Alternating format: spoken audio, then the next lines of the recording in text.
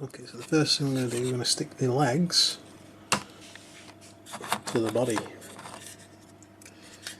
So we have this section here and this section here.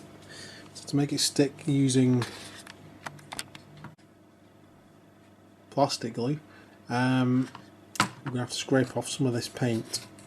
So I'm just going to scrape off a little bit around there and a little bit underneath there. So then when I put the plastic glue on, it will stick.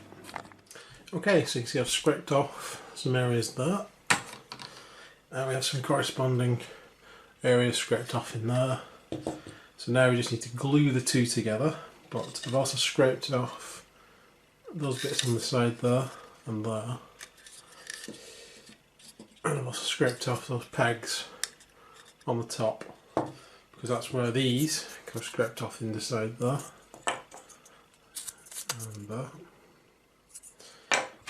And those 6 little nodules, I've scraped the paint off those, so they all need to be stuck together. So I'm going to get all them together and I'll be back in a second.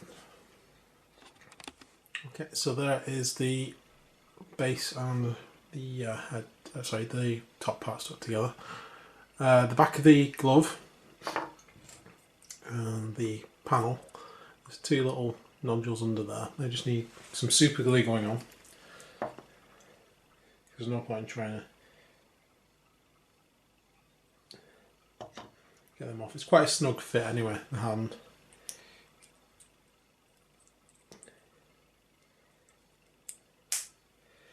Like so.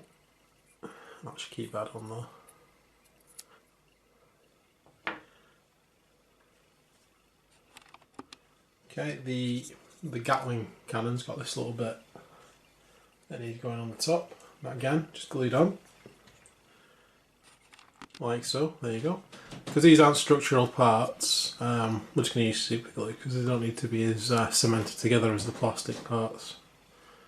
There you go, that's the gun pretty much finished. So the upper carapace just slots on with the 2 engines through that. Really easy. And I did forget to put on this bit. That bit needs to go on under there, so I shall now have to struggle to put that under there. But no matter, a bit of super glue will do that. So, wasn't too difficult. But just remember, you want a bit of glue on the top, otherwise the head will stop turning because the glue will set. You want it to still turn.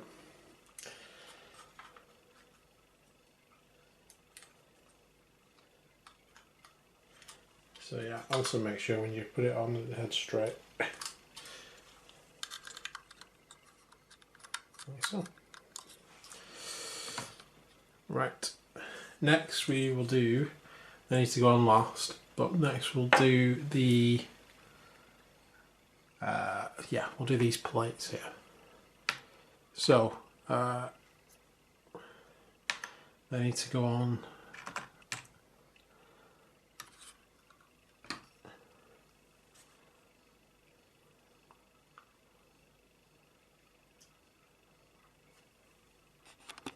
okay, so they fit on just like that, there and there, with the black to the inside and the green to the outside.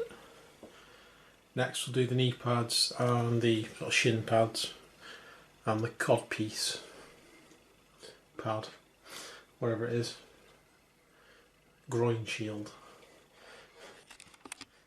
Okay, so those are the parts on. The thigh plates, I am reliably informed. Actually, I said shin plates, I meant thighs. Knee pads and groin shield.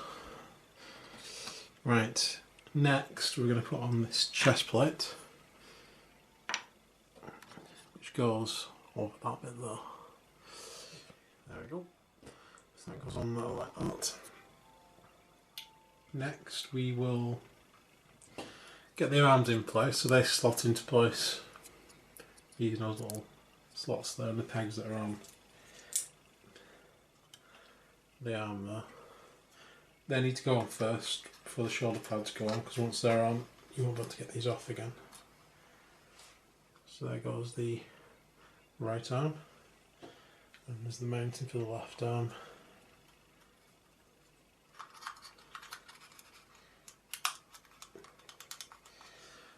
so. So we're now going to glue them into place, and then I'm going to put the shoulder pads on. Shoulder pads on. And so next we're going to stick on the carapace stuff, the shield, which will go on there, the gun, which is that, and the gun cover. I also missed off that off the back of this arm, that needs to go up.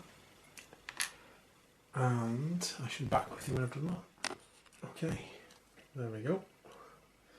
Now for the Darth Vader moment.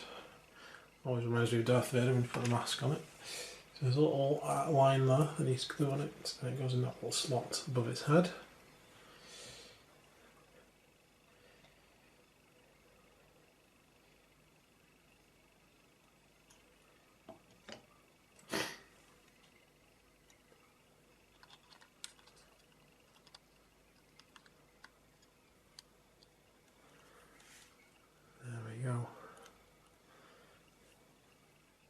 So we're going to put the rocket pod on next.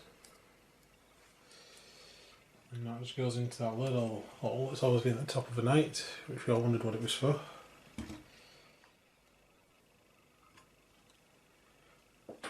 Like so, which is cool, which looks awesome now. And the last thing I'm going to glue on is the hand itself, which will go onto that stump. And I'm going to leave that banner off until I've put the transfers on. And that's the gun mount for my knight, which I'm stealing. So that's awesome. So that is the painting part completely done and the assembly pretty much finished. One last thing we do need to do though is put on all the little railings. Haven't forgot about them. They're still attached to the sprue, and what I've done, I have actually sprayed them on the sprue in black, and then I have covered them in a lead belcher. And I'm going to put them on, and I'm going to do one final little highlight along the top in Runefang steel. So I'm going to do all that, and I'll be back with you. Okay, so you see the pipes, tubes, handles, whatever they are, been added on. There's also the ones on the new part, so we've got two on the top there and the one around there underneath. And we've also got the original handles there and this piping here. And I used a pair of tweezers because it was quite useful to get them into position. Okay, so in essence the only thing that needs to be glued on now is the banner. So the next stage is to do all the transfers. Okay, so the first thing we're going to do, we're going to paint over all the areas where we're putting transfers on. So the shoulder pads, the shield, this top plate there, the knee pads and the shin pads, to name a few, and also the scrolly bit underneath the chest, and obviously the banner. I'm going to cover all the areas, I'm going to put them on in hard coats. I'm going to do the whole area just so no part looks a bit left out. So I'm going to have to let that dry for a bit after I've put it on. So I'll be back with you once it has dried. Okay, so I have painted on all that hard coat, or hard coat, using an old brush. I don't want to get any varnish on a new brush.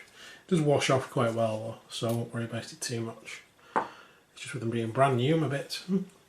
I've also painted some onto that window. I haven't done any of the gems, the sort of gems and sights like that. I've just left that as it is for now. And I've also painted the banner. So as I'm still waiting for them to dry, I just wanted to show you my House Cadmus Knight. There it is. And I've stuck on the extra cannons, which are now mine. And you can see the green is very, very similar. If you can see that on the camera, the green is extremely similar, in fact, to the one I made myself. So I think that final wash does bring it to the right colour, at least the colour I like anyway. Can see some differences on there. There's slightly less highlighting on my original night than there is on that one. So I might go back over my original nights, just do a bit of highlighting along there. But no, I'm quite happy with how this has turned out. It's more accurate than I thought it was going to be. It's very good. So cool. So I just wanted to show you that. And we shall get on with the transfers as soon as that's dried.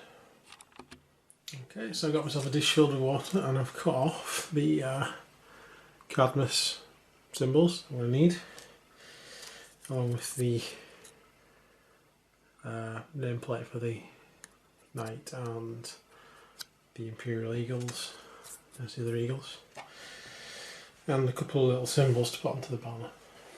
Okay, so I'm going to start actually with the eagles because they're going to be the most annoying to put on. So let's get them on first.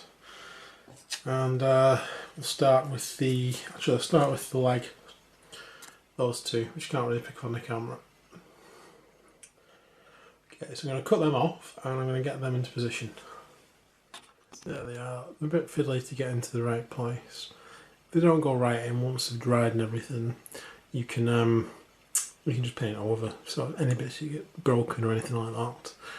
I did battle damage over my previous night because it did get a bit ripped, so I turned it into battle damage. Try not to do that with this one because my friend doesn't want any battle damage doing on it, he wants it to look pretty new. So those are the first on there. I'm just going to wait for them to dry a little bit and then I'm going to cover them in lamy and medium just to dull it down, and I'll cover the whole area that I've done in hard coat in lamy and medium, so there's no places where you can see like a line where it's not covered it. So we'll move on. Actually, while I'm here, I'll do the little beast heads that go on the green parts of the leg, which you can see on this knight there, those ones. I'll do them now.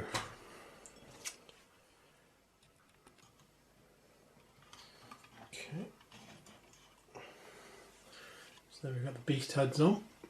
So next the knee pads. So for that I need, apparently, so look at this. I need the boar's head, some blood drops. Right. So there's the board's head and blood drops there, and the bigger blood drops above it. So we'll get them. Okay, so there's the knee pad with blood drops, and there's the other knee pad with the two single blood drops. So next we're going to move on to the Cadmus name plate on the, well, nameplate, well, on the scroll. So there's the house name on there, it's a bit shiny still. And next comes the shield, which is the very top and largest of the three house Cadmus symbols. And there's the symbol, the largest of the Cadmus symbols, looking very cool. And also note, I did put a bit too much water on there, it gathered because of the the edges. So just basically just get some kitchen roll, try not to drop the knight, get some kitchen roll and just hold it to it, don't dab it, don't push it on, just hold it right next to where the water is and it'll absorb the excess water. Okay, so the next is the top symbol, which is the second largest of the House Cadmus symbols, and that's going to go right on top of the knight, underneath the viewing window. Okay, so there is the house symbol on top, and we've also used the third smallest symbol, the last of the House Cadmus symbols, should I say, goes on the top of the part of the banner. So we have reached the shoulder pads, so we're going to do the eagles, which go on to the black parts of both shoulder pads. Okay, so there is that eagle, there is that eagle, and also on the back is the knight's nameplate. I know it's very Adeptus Mechanicus, but at the same time it is like the nameplate and the serial number for the Titan. And even though House Cadmus has left obviously wanting to be more imperial. I don't think even they're as that stupid, or probably still quite superstitious. They won't want to anger the machine spirits. So I think they'd leave the nameplate on. So there it is. I've left it on the other machines that I've done. So next comes the heraldry, which we've seen on a knee pad, but now we've got the slightly larger bore head and two of the larger blood drops.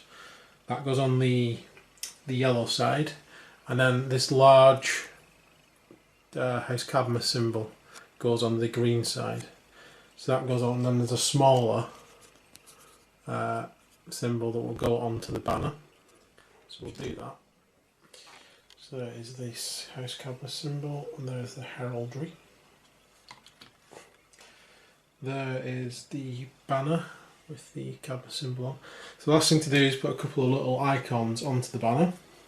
Then I'm going to seal all these once they've dried properly. I'm just going to give them a bit of a dab as well, with some liming medium. And there we go. We have now finished. Tilt that up so you can see it properly. So the banner's now stuck on with some super glue. There's two little holes that goes into quite nicely. And that is it. The knight is done. I hope my friend is very happy with that. I certainly would like to keep that. I've done it. And I think I'll be getting one very, very soon. So I hope you've enjoyed these series of videos. I don't know how many it'll actually be. I need to get editing. I'm also considering doing a tactical video for the knights. If anyone has any suggestions, that'd be great. Because obviously I've really enjoyed painting this, and I've got two House Cadmus knights myself. I'm definitely going to buy one of these and get a third when I can afford it. And then I don't know where to take it from there really, because I'm definitely going to have a warden.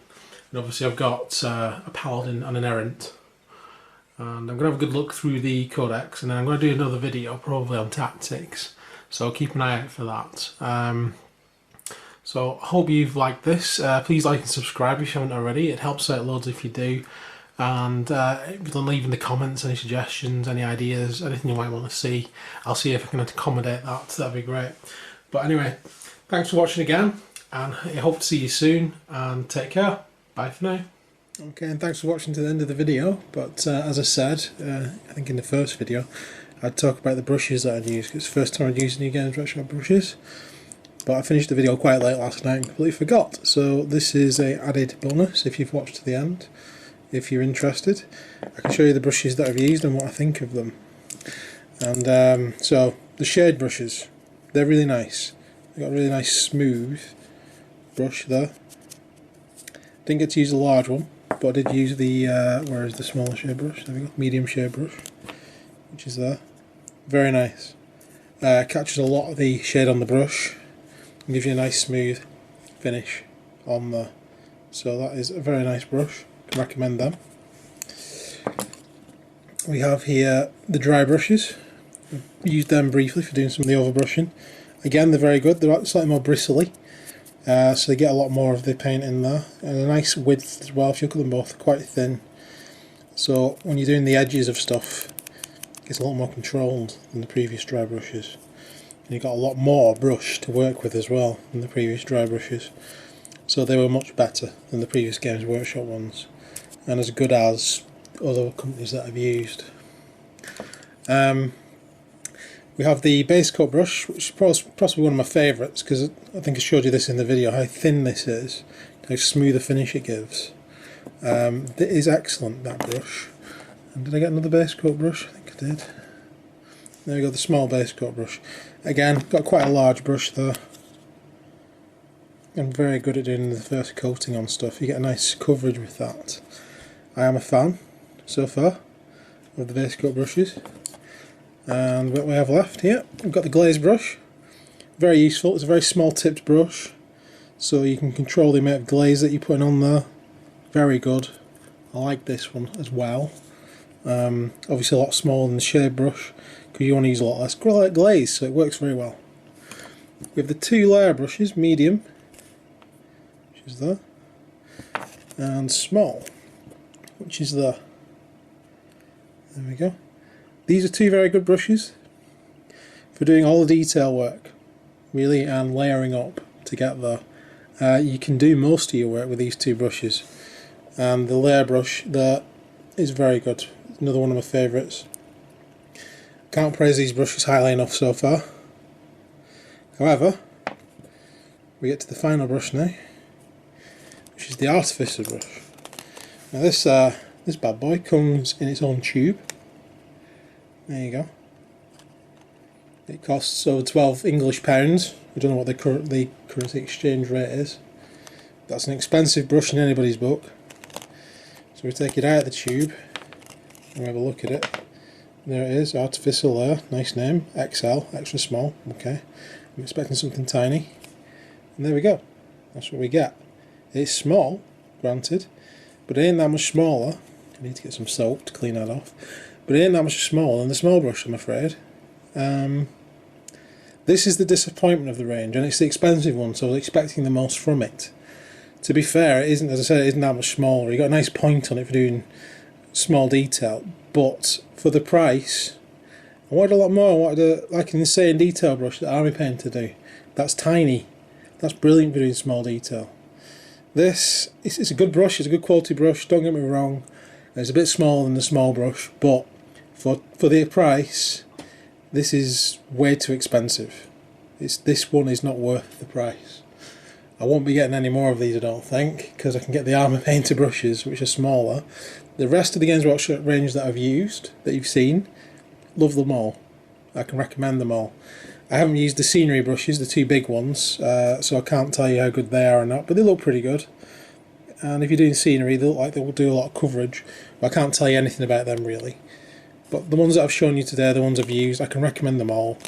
But unless you're loaded, £12 for a brush is a little bit much.